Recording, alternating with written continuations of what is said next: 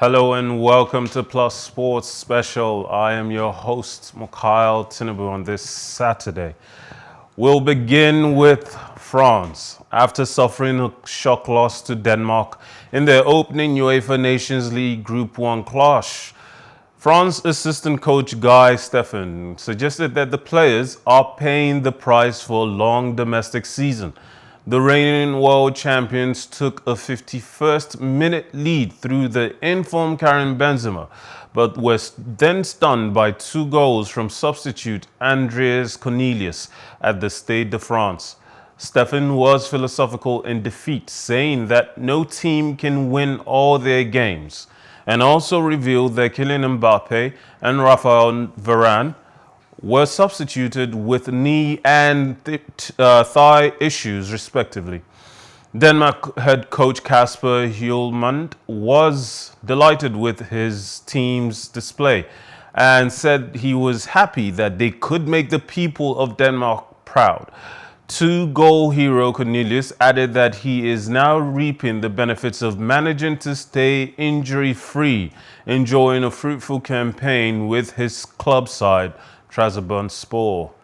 I think the France assistant coach might actually be right. It's been a long season, somehow in some ways longer than others. And I think that is going to affect the physical fitness of a lot of players in this current Nations League. And to be fair, it seems like this year in particular, there's more international football than there has been in recent years. We're still looking forward to the World Cup in November, and that isn't going away. And even in Africa, the qualification period is already ongoing for the Nations Cup, the next iteration of the Nations Cup, which even Nigeria is preparing for. So I think a lot of players are going to find it difficult to give their best during the next few months, and that might even lead into the beginning of the new season. Now, UEFA have issued an apology to the fans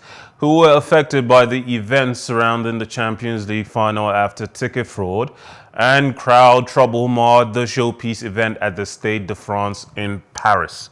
The match was delayed by more than 30 minutes after officers forcefully held back people trying to enter the Stade de France, while riot police had also sprayed tear gas on fans, including women and children. UEFA wishes to sincerely apologize to all spectators who had to experience or witness frightening and distressing events in the build-up to the UEFA Champions League final, on a night which should have been a celebration of European club football, it said in a statement on Friday, June 3rd. Much of the blame was placed on Liverpool fans by France's Interior Minister Gerard Darmanin, but he acknowledged police were caught off guard by several hundred local delinquents who turned up to cause trouble. Europe's football governing body commissioned an independent report earlier this week after Real Madrid had demanded answers from organizers over measures taken to protect supporters, while Liverpool CEO Billy Hogan had reiterated a call for an investigation, saying they had written to UEFA and raised specific questions. On Friday, UEFA outlined the report's scope as they look to establish a timeline of events, examine operational plans, assess roles and responsibilities, and response to events inside and outside the stadium. The review will engage with UEFA and all relevant stakeholders, including, but not limited to, fan groups, the finalist group club themselves, general spectators, the French Football Federation, the police and other public, national and local authorities, and the stadium operator, it added. Now, my estimation is that this is just going to lead to some scapegoating, with very few of the people actually responsible for making the coordination on the day actually held responsible. Already UEFA and the French government have thrown aspersions and blame towards the Liverpool fans who were there on the day. But critically, many reporters who were present have come out to say that it wasn't a case of hooliganism by Liverpool fans. There wasn't an overabundance of rushing. There was just a mismanagement of the events, with certain entrances even closed. Specifically, the entrances that should have been allowing Liverpool fans into the grounds were the ones that were closed.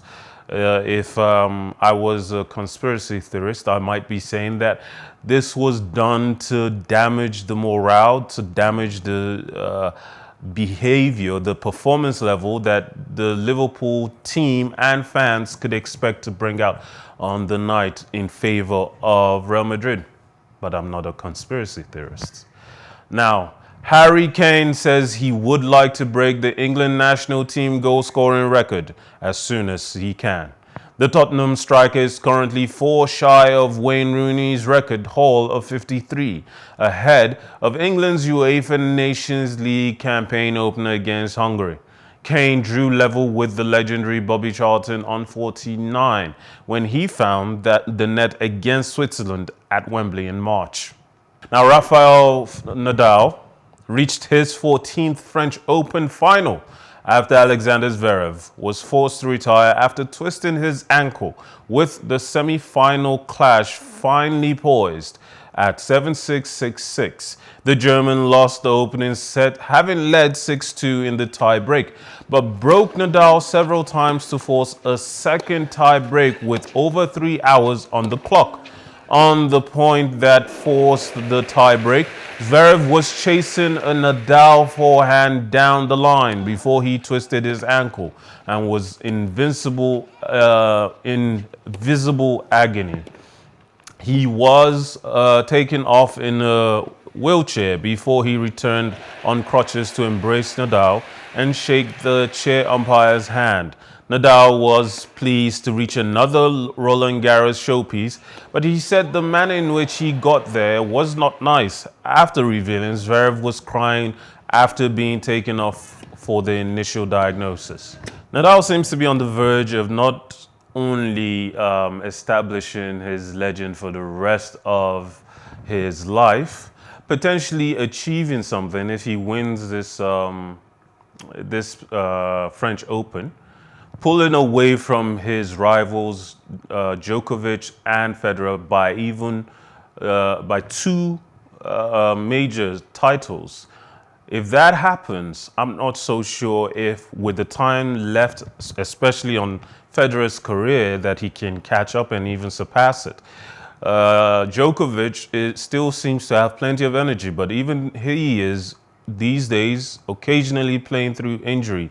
And it seems to me that if Nadal is able to do this after coming back from a period when it was seeming like his injury record was going to make it difficult for him to go further and win any more major titles, if he pulls this off, wins the finals, he may be unstoppable. And if he stays fit, he might just add 1 or 2 more to his collection before he eventually calls it quits.